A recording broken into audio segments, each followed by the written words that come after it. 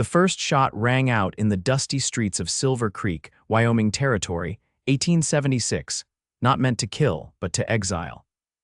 Katherine Nicholson stumbled backward, clutching her small satchel as the second warning shot kicked up dirt near her feet.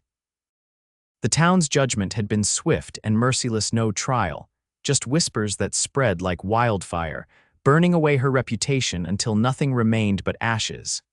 "Keep walking, Katherine. Your kind ain't welcome here no more." Sheriff Benson's voice boomed across the main street, where townsfolk had gathered to witness her humiliation. Some looked away, unable to meet her gaze, while others stared with open contempt.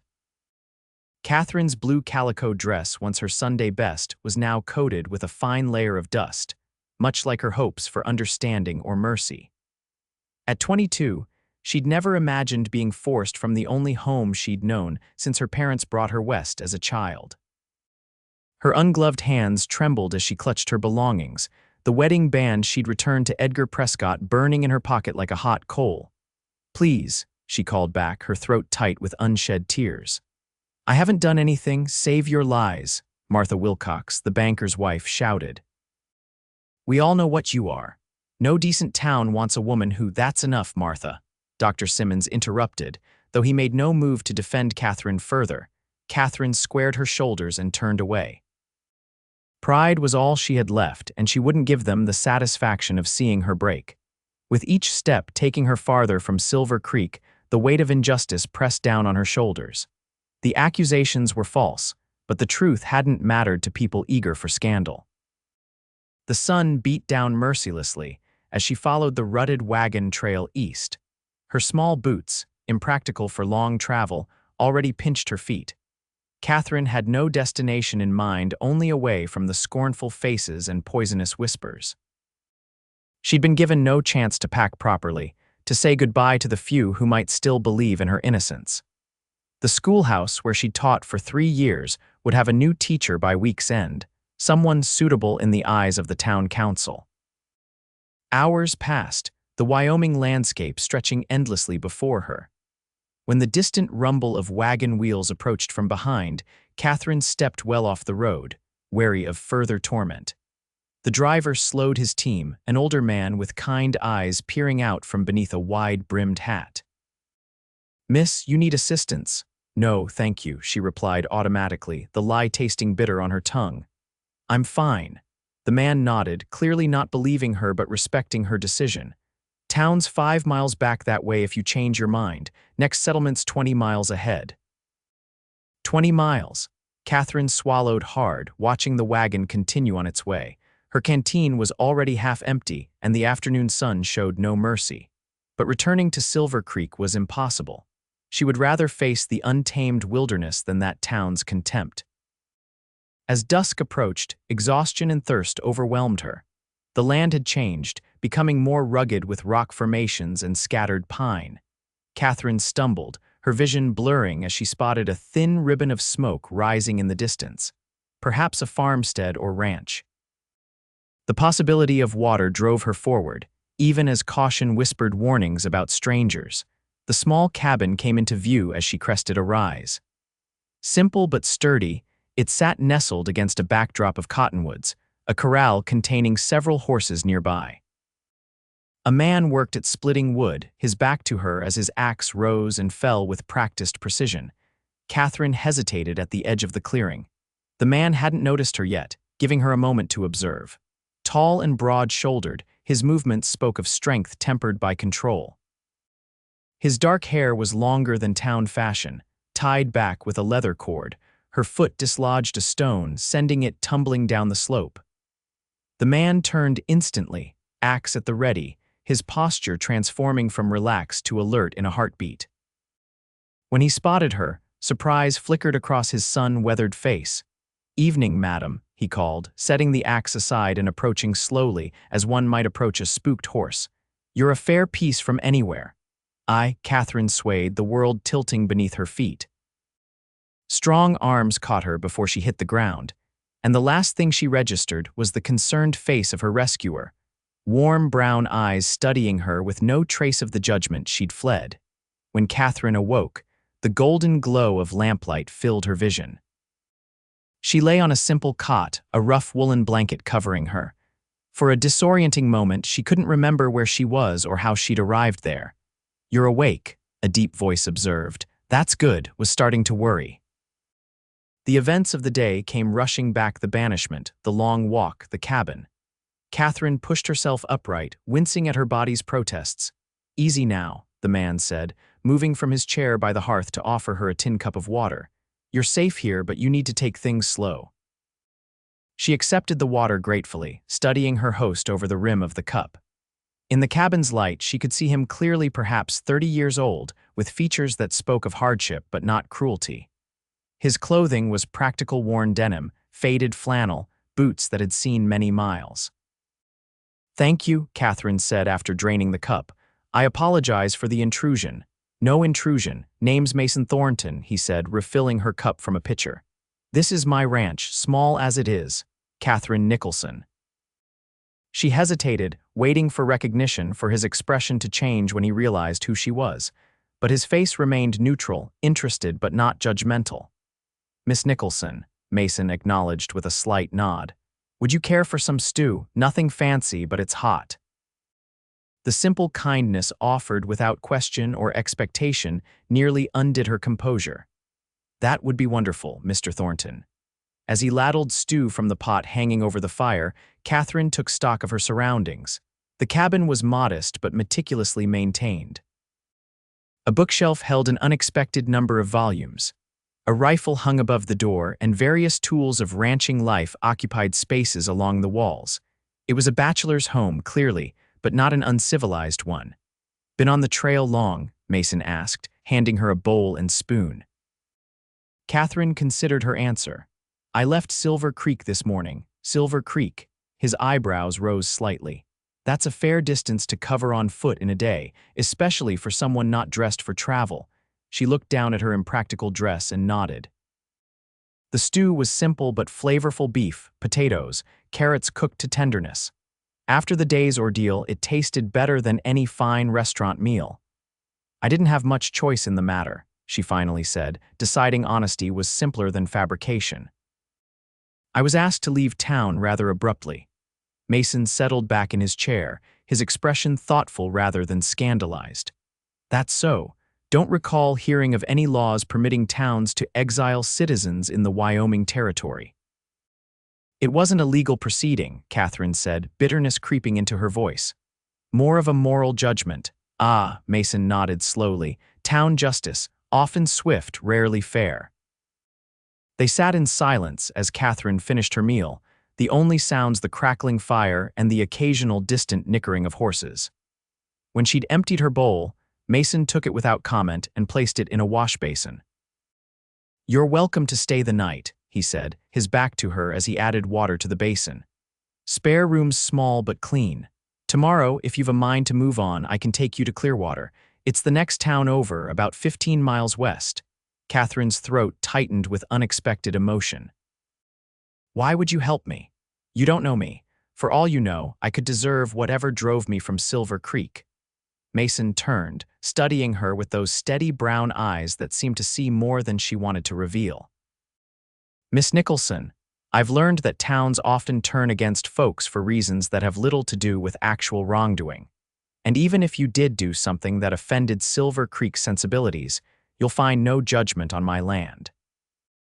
The echo of his words hung in the air between them, a promise, perhaps, or simply a statement of fact about this isolated corner of Wyoming Territory. Either way, it was the first kindness Katherine had been shown in days, and she found herself blinking back tears. "Thank you, Mr. Thornton. I would be grateful for shelter tonight." He nodded once, a man of few words but definite actions. "The room's through there," he said, gesturing to a small door. "It's nothing fancy, but it's yours for as long as you need it." That night, lying on the narrow bed in Mason Thornton's spare room, Katherine listened to the unfamiliar sounds of the ranch. Coyotes called in the distance, their eerie yips carrying on the night air. The house creaked and settled. Outside her window, she could see stars more than she'd ever noticed in town, scattered like diamonds across the velvet darkness. For the first time since the accusations had begun, Katherine allowed herself to cry, silent tears streaming down her face. Not just for what she'd lost, but for the unexpected kindness of a stranger who offered shelter without demanding her story in return. Morning brought clarity and the scent of coffee. Katherine smoothed her rumpled dress as best she could and pinned her hair with shaking fingers. Her reflection in the small mirror showed a pale face with shadows under blue eyes, but determination had replaced yesterday's despair. When she emerged from the bedroom, Mason was already dressed and cooking breakfast eggs sizzling in a cast iron pan. "Good morning," he greeted, not turning from his task. "Coffee's hot if you want some." "Thank you." Katherine poured herself a cup from the pot on the stove, savoring the rich aroma. "Mr. Thornton, about your offer to take me to Clearwater still stands," he said, sliding eggs onto 2 plates and adding slices of bread. "But there's no rush. Ranch chores are done for the morning and the ride isn't long." They ate breakfast at the small table, morning sunlight streaming through the windows. Katherine found herself studying Mason when he wasn't looking the careful way he ate, the calluses on his hands that spoke of hard work, the quiet confidence in his movements. "Have you lived here long?" she asked, breaking the comfortable silence. 5 years, Mason replied. "Came west after the war. Worked cattle drives for a spell, then saved enough to buy this place. It's not much compared to some spreads, but it's mine. The war." That would make him older than she'd first thought, likely in his mid-30s rather than 30. She wondered which side he'd fought for, but didn't ask. The war had left wounds that went deeper than battle scars. "It seems peaceful," Katherine observed. A small smile touched Mason's lips. "That it is. Some folks find it too quiet, but after what I've seen." He trailed off, then shook his head slightly. "Well, quiet suits me fine."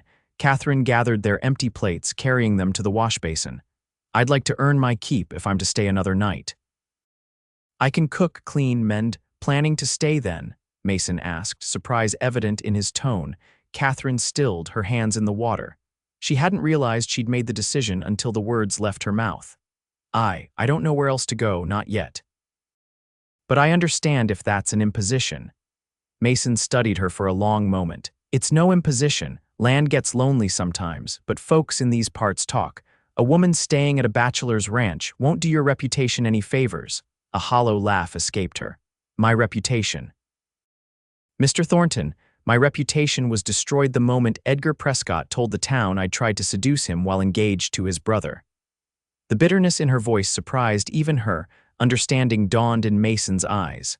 "Ah, town politics. Always messy when prominent families are involved." "It wasn't politics, it was lies." Katherine scrubbed the plate with more force than necessary. "James and I were to be married next month. Edgar, he made advances that I rejected. When I threatened to tell James, Edgar turned the story around, said I'd been pursuing him.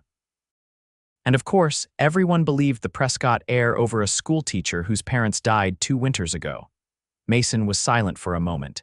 "And James, he believed his brother over you." Katherine's hands stilled in the water. "James was in Denver on business. By the time he returns, I'll be nothing but a cautionary tale." Edgar made sure of that. Rising from the table, Mason moved to the window, gazing out at his land. "Stay as long as you need, Miss Nicholson. I've got a small cabin where the former ranch hand lived, about 100 yards from the main house. It needs some fixing up, but it would give you privacy and quiet any potential gossip." Katherine dried her hands slowly, considering his offer. "Why would you do this for a stranger? Especially one who brings complications." Mason turned back to face her, sunlight casting half his face in shadow. "Because 20 years ago, my mother faced a similar situation. No one offered her shelter when she needed it." His jaw tightened briefly. "I don't hold with running people out of town based on gossip and lies." The simple declaration, delivered without flourish, touched something deep within Katherine. This was no grand gesture of a storybook hero, but the practical kindness of a man who understood injustice. "I accept your offer, Mr. Thornton, and I'll work for my keep." He nodded once. "Then let's get you settled in that cabin." The foreman's cabin, as Mason called it, was small but sturdier than it appeared from the outside. A single room with a stone fireplace, wooden floor, and 2 windows letting in ample light. Dust covered everything, and a family of mice had clearly made themselves comfortable in one corner. "Hasn't been used since Peterson left last fall," Mason explained, opening the windows to let in fresh air. He took a job with a cattle outfit heading north. Katherine surveyed the space, already planning how to make it livable. "It's perfect," she said, meaning it despite the evident work needed. "I can have it cleaned up by tonight." Mason shook his head. "No rush. Stay in the main house until we get this proper. Need to check the roof, make sure the chimney's clear." They spent the day working on the cabin together. Mason repaired loose boards and checked the integrity of the structure while Katherine swept, scrubbed, and organized.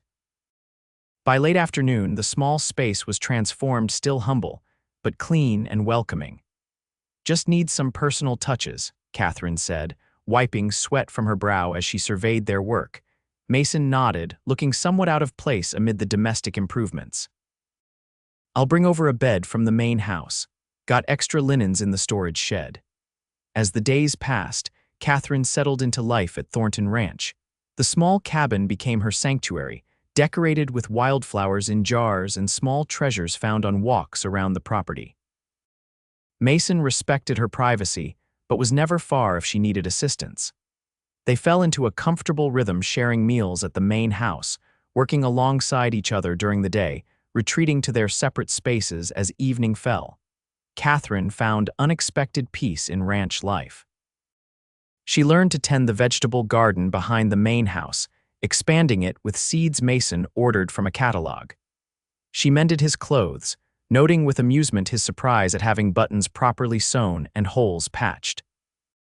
In return, he taught her to ride, patient as she overcame her initial fear of the gentle mare he'd selected for her. "You're a natural," he commented one morning as they rode the boundaries of his land, checking fences. "Just needed the right horse."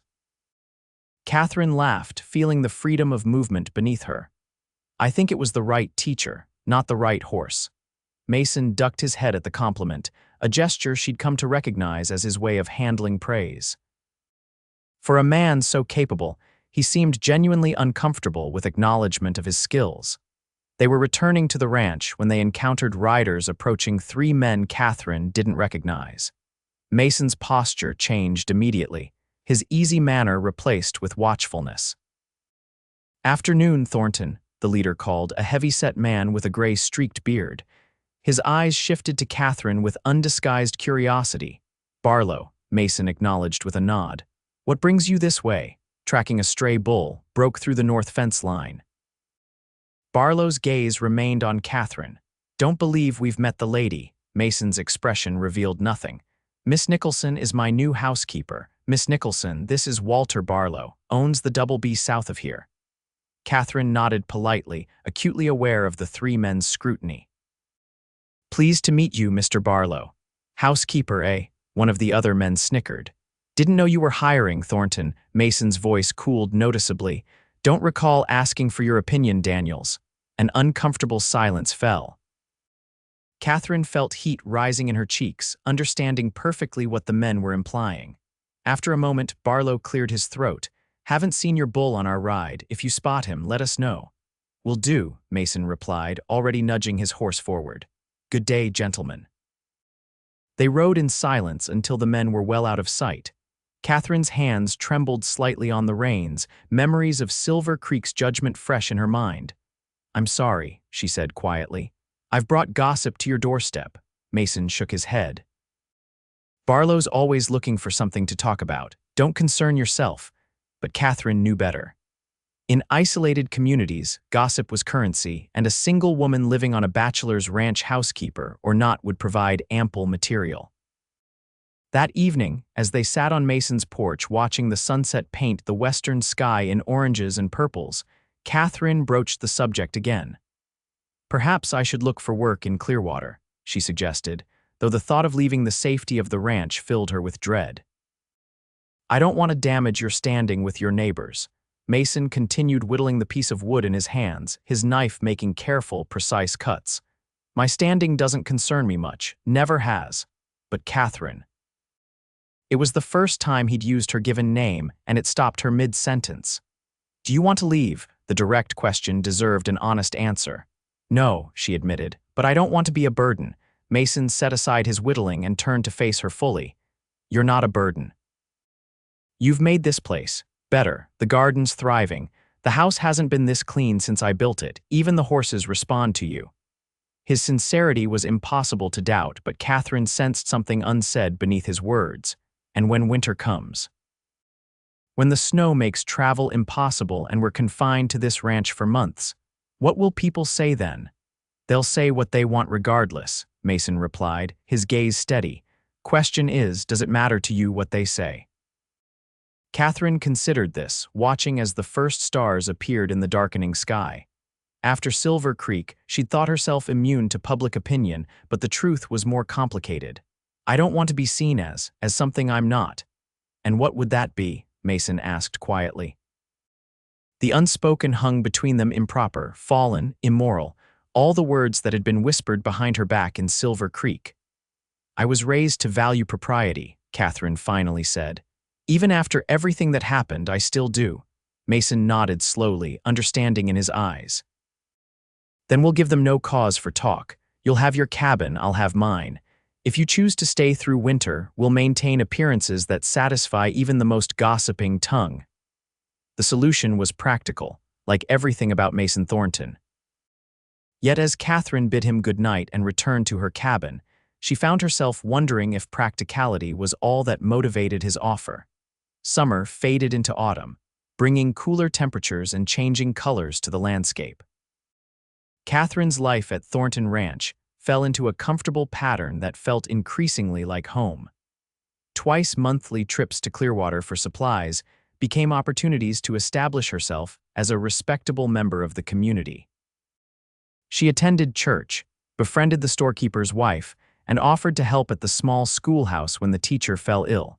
Gradually, the initial speculation about her presence at Thornton's faded. She was careful to refer to Mason as Mr. Thornton in public to maintain a proper distance when others were present. If some still suspected an improper arrangement, they kept their thoughts private. Mason himself remained something of an enigma. Unfailingly kind and respectful, he nevertheless maintained certain barriers. Katherine learned bits of his history in fragments: his Virginia childhood, his reluctant service in the Confederate Army despite personal misgivings about slavery, his westward journey after losing everything in the war.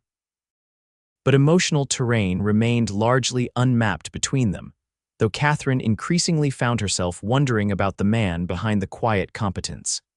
One crisp October evening, as they sat by the fire after supper, Mason surprised her by asking about her own past. You mentioned teaching in Silver Creek, he said, hands busy cleaning a bridle. Was that always your ambition? Katherine looked up from her mending. Not exactly. I wanted to attend college back east, like my aunt who taught at a women's seminary in Massachusetts. But when my parents died, circumstances changed. I'm sorry about your parents, Mason said, genuine sympathy in his voice. Thank you. It was influenza took half the town that winter. Katherine set aside her sewing. Teaching was the only respectable position available for a woman alone. I was fortunate the school board approved my application. Mason nodded thoughtfully. You're good with children. Saw how they responded to you at the church picnic last Sunday. The observation warmed her.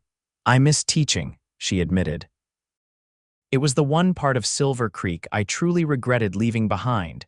Clearwater's school could use someone with your abilities, Mason suggested. Their teacher seems overwhelmed with the number of students. Katherine considered this. Perhaps after winter. For now, I'm content here. She hesitated, then added more boldly, unless you're tiring of my company, Mr. Thornton. A rare smile crossed his face. Quite the opposite, Miss Nicholson. The simple statement, delivered without embellishment, sent an unexpected flutter through Katherine's chest. She returned to her mending, acutely aware of Mason's presence across the room in a way she hadn't been before. As October gave way to November, preparations for winter occupied their days. Mason repaired buildings and stockpiled firewood, while Katherine preserved garden produce and prepared the root cellar. They worked together to bring in the last hay cutting, Katherine driving the wagon while Mason loaded the heavy bales. Storm's coming, he observed one evening, studying the western horizon where dark clouds gathered. First big snow, likely. Katherine followed his gaze. Will the cattle be all right? They'll bunch up in the sheltered draws, Mason replied. Been through Wyoming winters before. The storm arrived overnight, howling winds driving snow against the cabin windows. Katherine woke to a transformed world, pristine white, covering everything in sight, drifts piled against buildings, the path to the main house completely obscured. Wrapping herself in her warmest shawl, she pushed open her door against the accumulated snow. The cold took her breath away as she waded through knee-deep drifts toward the main house, concern growing when she saw no smoke from the chimney. Mason. She called, using his given name without thinking as she entered the house. The interior was cold, the fire unlit. Mason, are you here? No answer came. Katherine quickly built a fire in the stone fireplace, worry mounting as she moved through the silent house. His bed was empty, clearly not slept in. His heavy winter coat still hung by the door. Understanding dawned with frightening clarity. He must have gone to check on the cattle when the storm hit and not returned.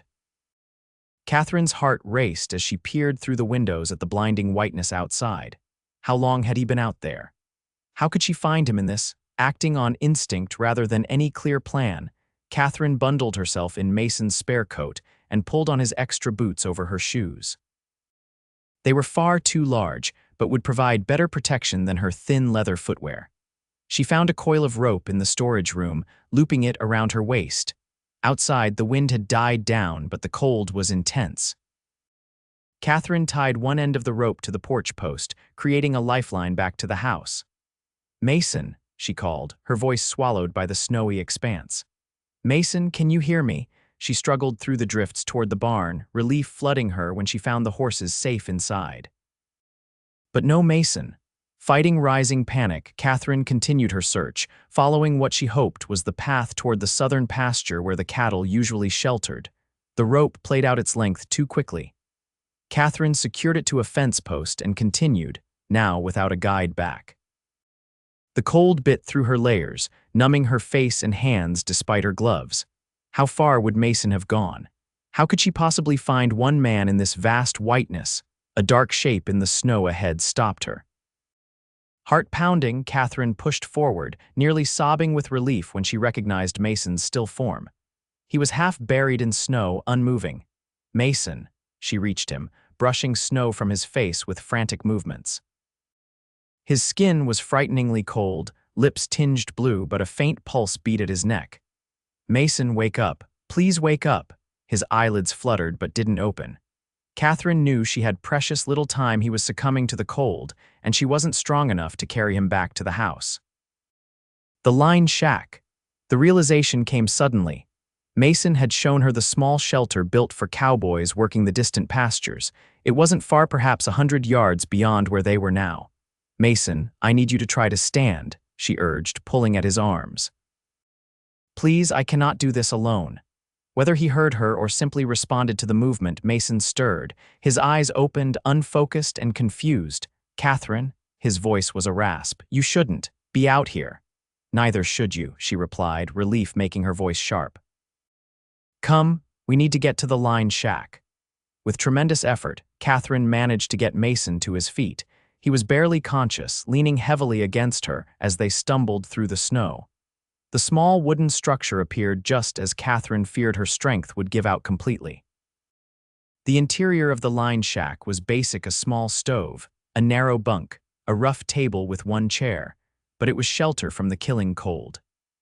Katherine helped Mason to the bunk, then quickly started a fire in the stove using the small supply of wood stacked nearby. Mason was shivering violently now, a good sign, she remembered her father saying. It meant his body was fighting the cold, but his clothes were wet from melted snow, dangerous in these conditions. Mason, your clothes are soaked through, she said, kneeling beside the bunk. You need to change. His eyes, more alert now, met hers. There are spare clothes, box under bunk. Katherine found the wooden crate containing basic supplies: dried food, matches, clothing. Working quickly, she helped Mason remove his frozen outer garments, averting her eyes as much as propriety demanded while helping him into dry clothes. His fingers and toes, though painfully cold, showed no signs of frostbite, a miracle given how long he must have been exposed. As warmth gradually returned to the small space, Mason's condition improved. Color returned to his face, and his shivering subsided.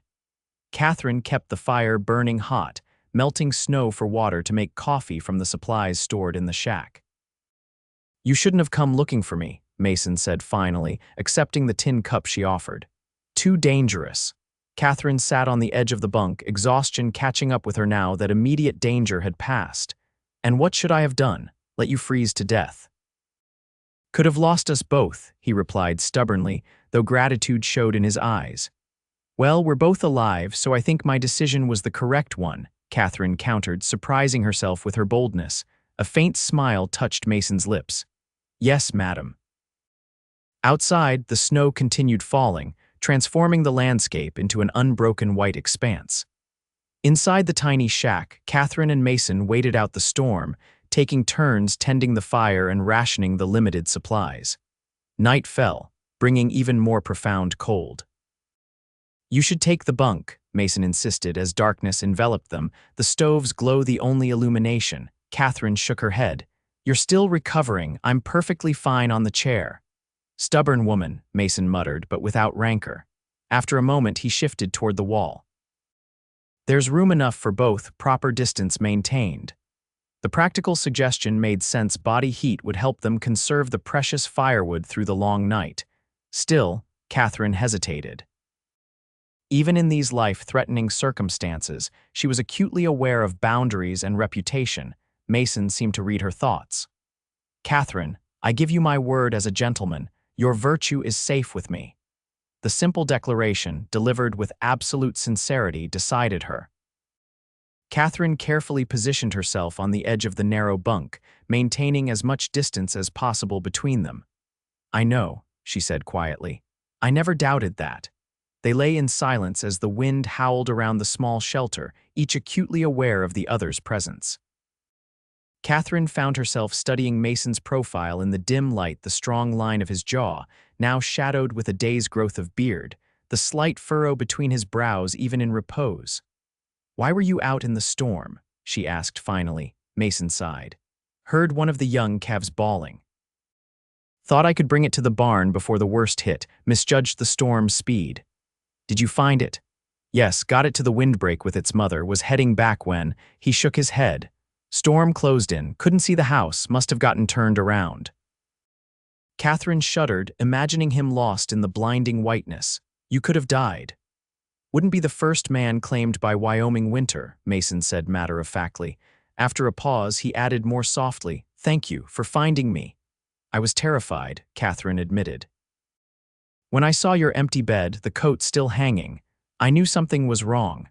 Mason turned his head slightly toward her. "You risked your life." "Yes, well." Katherine felt warmth rising in her cheeks, grateful for the dim light. "I've grown rather accustomed to having you around, Mr. Thornton." His low chuckle surprised her. "Back to Mr. Thornton, are we? Was Mason when you found me in the snow?" Katherine smiled despite herself. "Extreme circumstances."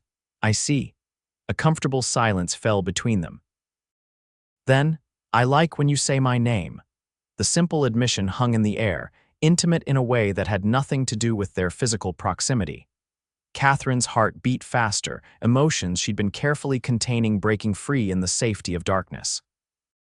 "Mason," she said softly, testing the feel of it on her lips deliberately rather than in panic. "It suits you." His hand found hers atop the rough blanket, warm and calloused. He didn't speak, but the gentle pressure of his fingers conveyed what words might have complicated. Katherine returned the pressure, a silent acknowledgement of something shifting between them. They stayed that way until sleep claimed them both, hands joined as the storm raged outside their small haven. Morning brought clear skies and dazzling brightness as sunlight reflected off the pristine snow. Katherine woke to find Mason already up, stoking the fire and melting snow for coffee. "Storms past," he said, noticing her stirring, "but drifts are high. Might be a challenge getting back to the house."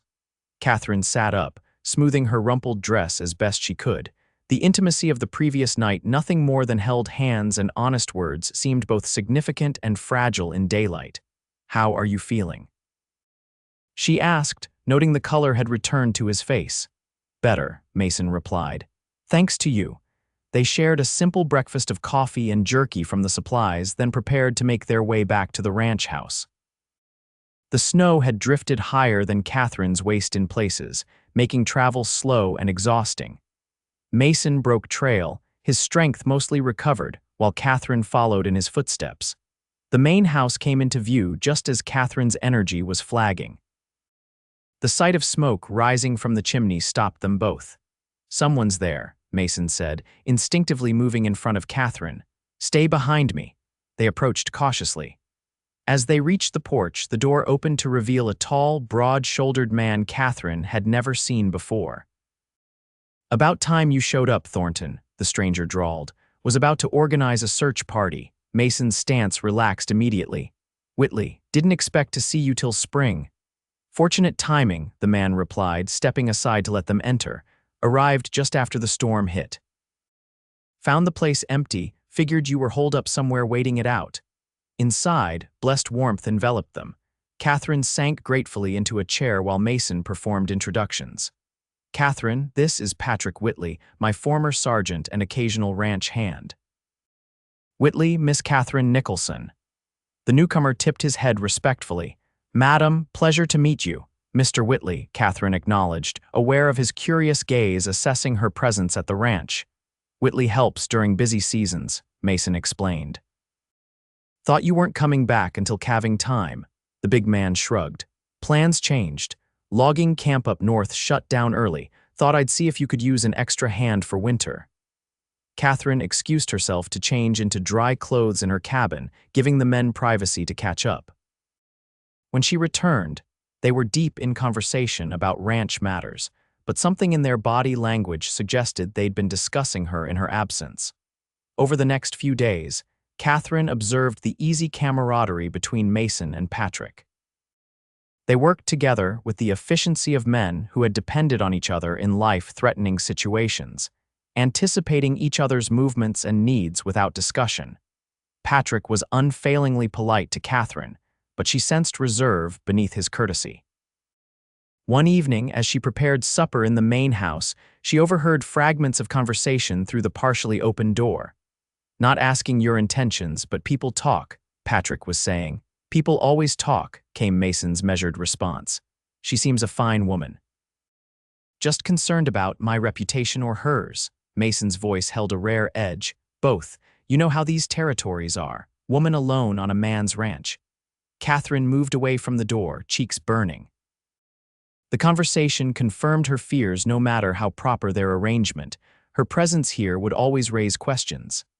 That night, after Patrick retired to the bunkhouse Mason had helped him clear of snow, Katherine raised the subject directly.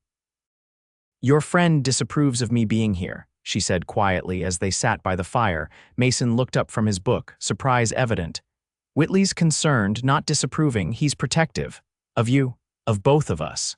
Mason set the book aside. "He's seen how quickly reputations can be destroyed out here." Katherine stared into the flames. "Perhaps he's right to worry. I've been thinking, when spring comes, I should look for a teaching position. Clearwater might need. Is that what you want?" Mason interrupted, his voice carefully neutral. Katherine met his gaze. "What I want and what's proper aren't always aligned, Mason." He held her eyes for a long moment. "Proper," he repeated, as if testing the word. "Katherine, I've been thinking about proper since the day you arrived." Her heart quickened.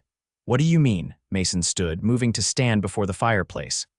"I mean there's one way to silence gossip completely, one way to make your presence here entirely proper." Understanding dawned slowly. Katherine's breath caught in her throat. "Mason, let me finish," he said gently.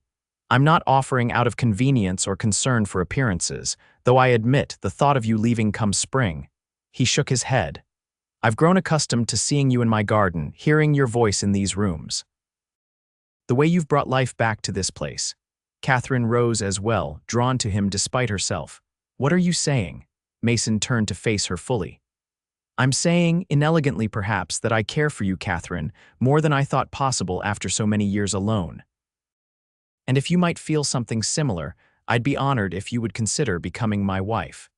The words hung in the air between them, honest, unadorned, like everything about Mason Thornton.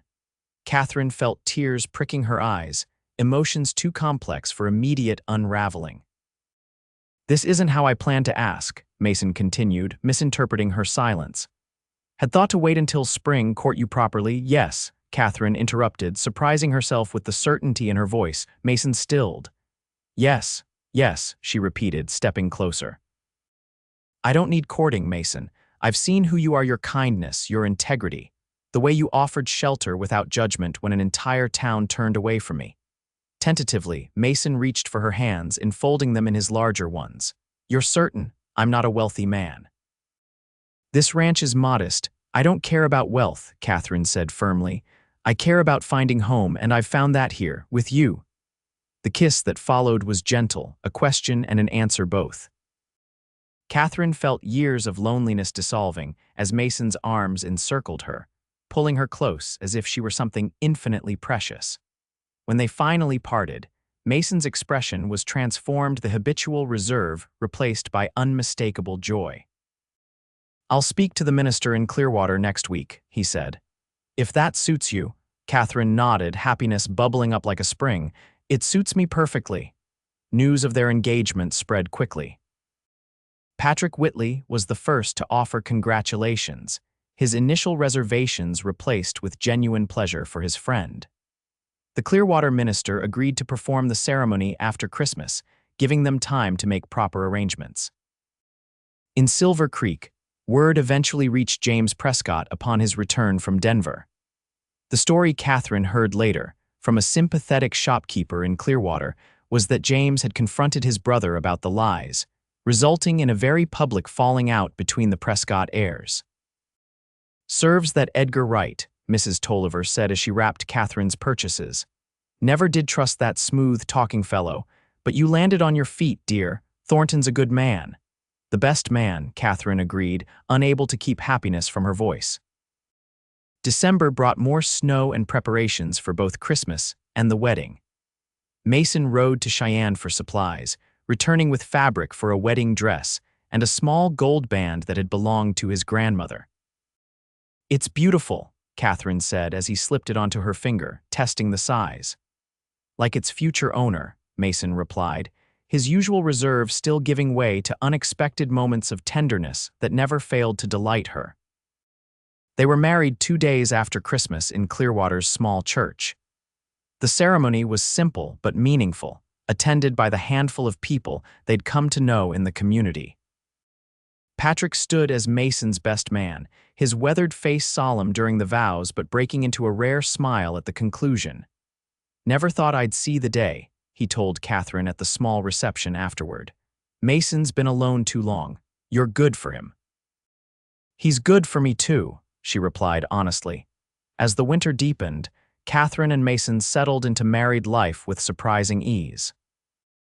The small cabin became a storage space as Catherine moved permanently into the main house, her feminine touches gradually transforming the bachelor residence into a true home. They established routines and rituals, morning coffee shared as they planned the day, evenings by the fire reading aloud from Mason's collection of books. Spring arrived with the promise of new beginnings. The ranch flourished under their combined care. Catherine's garden expanded, Mason's careful management resulting in a healthy calf crop. Patrick Whitley stayed on through the summer, his presence a welcome addition during the busiest season. One warm evening in May, as they sat on the porch watching the sunset, Mason took Catherine's hand. I received a letter today, he said, his expression unreadable. From Silver Creek. Catherine tensed slightly. Oh, from James Prescott. Mason studied her face carefully. He asked permission to visit, to apologize in person for his brother's actions and the town's treatment of you. A year ago, the mention of Silver Creek would have brought only pain. Now, Catherine found the sharp edges of those memories had softened. What did you tell him? That it was your decision, not mine. Mason squeezed her hand gently. You don't owe him or anyone from that town a moment of your time. Katherine considered this, watching as the first stars appeared in the darkening sky. Perhaps it would be good to close that chapter properly, she said finally. To face the past without fear. Mason nodded, understanding in his eyes. Then I'll write back tomorrow, invite him for dinner next month. When James Prescott arrived at Thornton Ranch 4 weeks later, Katherine met him with unexpected serenity. The man who dismounted from his horse looked older than his 28 years, his handsome face lined with regret. "Katherine," he said, removing his hat, "thank you for agreeing to see me." Mason stood supportively at her side as she greeted her former fiancé. "Welcome to our home, James." The conversation that followed over dinner was initially awkward, but gradually eased into genuine reconciliation. James explained how he'd uncovered Edgar's lies upon his return to Silver Creek, how the town had divided over the scandal, many eventually recognizing the injustice of their actions. "Edgar's left for San Francisco," James said. "Father disowned him after learning the full truth. And the town council. They asked me to convey their deepest regrets for how you were treated." Katherine accepted the apology with grace, surprising herself with how little power Silver Creek held over her now. "The past is behind us," she said simply. "I've found where I belong." As James prepared to leave the following morning, he paused beside his horse. "You seem happy, Katherine, happier than perhaps you would have been with me." She glanced toward Mason, who was giving them privacy while remaining within sight. "I am happy, James. I hope you find the same." "I believe I will," he replied with a small smile. "I'm heading to Denver permanently, met someone there during my business trips." He mounted his horse. "I'm glad things worked out as they did for both our sakes." Katherine watched him ride away, feeling the final threads connecting her to Silver Creek gently severing. When Mason approached, she leaned against his solid presence. "Regrets?" he asked quietly. "None," she answered truthfully, turning to face him. "How could I regret the path that led me here?" Mason's smile, no longer rare but still precious, warmed her heart. "I have something to show you," he said, taking her hand. "Been working on it in the barn when you weren't looking." Curious, Katherine followed him to the workshop area of the large barn. There, covered with a canvas tarp, was a clearly substantial piece of furniture. "What is this?" she asked as Mason removed the covering to reveal a beautifully crafted cradle, the wood polished to a warm glow. "Thought we might need it," Mason said, a question in his voice. Sooner rather than later, perhaps. Katherine's hand went instinctively to her abdomen, a gesture she hadn't realized had become habitual in recent weeks. "How did you know? I wasn't certain myself until yesterday." Mason's eyes widened. "You mean?"